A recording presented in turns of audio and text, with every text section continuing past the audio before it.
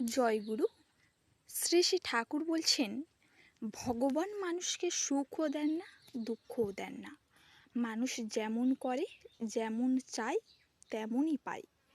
দুঃখ যাতে পেতে হয় তেমনভাবে চলে মানুষ মুখে মুখে যদি সুখ চায় এবং সুখ না পাওয়ার জন্য আফসোস করে, তাহলে বুঝতে হবে সে নিজেকেও সেই সঙ্গে সঙ্গে অপরকেও প্রতারণা করছে। এত অকাম যে আমরা করি, তবুও কিন্তু পরমপিতা কাউকে তার দয়া থেকে বঞ্চিত করেন না।